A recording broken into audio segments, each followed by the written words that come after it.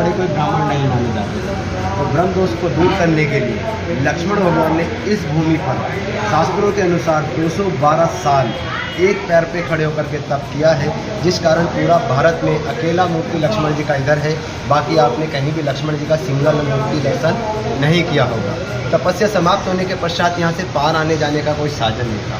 राम भगवान को यहाँ से देश प्रयाग में तप करना था। आप लोग अभी चारधाम से आ रहे हैं कि तो आपने आते हुए देखा होगा यहाँ से 75 किलोमीटर में देव प्रयाग, जहाँ पर दो संगम है, अलकनंदा और भागीरथी।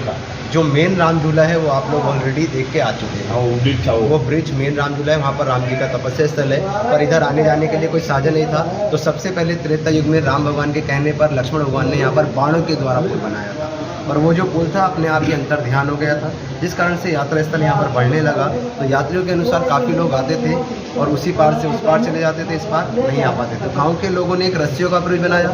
रस्सियों का ब्रिज 1924 में गंगा फ्लडिंग के कारण डैमेज हो गया था। अगर आपने नाम सुना होगा राजस्थान के मारवाड़ी सेठ सूरजमल जी, नारंगमल जी, झुंझुनवाला, वो अपनी माता जी को यात्रा स्थल पे लेकर के आए। इनकी माता जी जब उनकी घटना देखी तो पूरा 2.5 लाख चांदी का सिक्का ब्रिटेन सरकार को डोनेशन दिया और इस पुल का स्टार्टिंग कराया, जो 1927 में स्टार्ट हुआ, 1930 में बन के तैयार हुआ।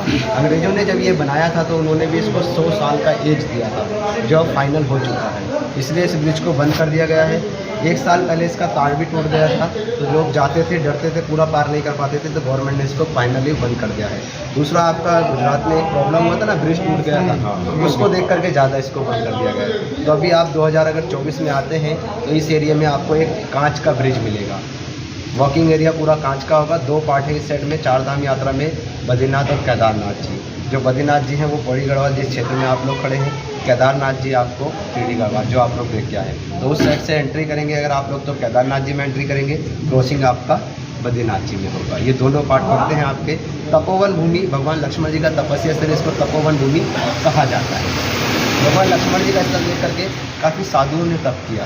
तप करते समय पश्चात उनका बॉडी पर बाल आ गया है। बालों को हम लोग केश बोलते हैं, साधुओं को ऋषि बोला जाता है, इसीलिए ऋषि प्लस केश दोनों को ज्वाइन करके शहर का नाम ऋषिकेश रखा गया। अभी हम लोग जिस मंदिर में खड़े हैं, आपने सुना होगा माँ सती के विष्णु चक्र से काफ़ी पार्ट्स हुए थे। वैसे 52 पार्ट्स मेन माने गए हैं। एक पार्ट आपका हाथ का पाकिस्तान में है, जिसको हिंगला देवी के नाम से जाना जाता है। 51 पार्ट ऑल इंडिया में है। और कहीं पर उनके वस्त्र भी गिरे थे। तो वस्त्र गिरे थे, सामने आपके जो माता दुर्गा का रूप दिया गया है, यहाँ पर उनके वस्त्र भी गिरे थे, इसलिए इसको शक्ति पीठ कहा जाता है। आप सामने से जब से दर्शन करते चलेंगे, विष्णु भगवान का रूप है, गाढ़ रूप जो कमी से देखने के लिए मिलता है, और माँ सती का रूप इधर से सामने ऊपर। इसका स्टोरी वाइज ये टेम्पल होता है और स्टोरी वाइज में सभी प्रकार के देवी देवता के सभी प्रकार का वर्णन करते हैं। पहले आप लोगों की बना लो, बना लो।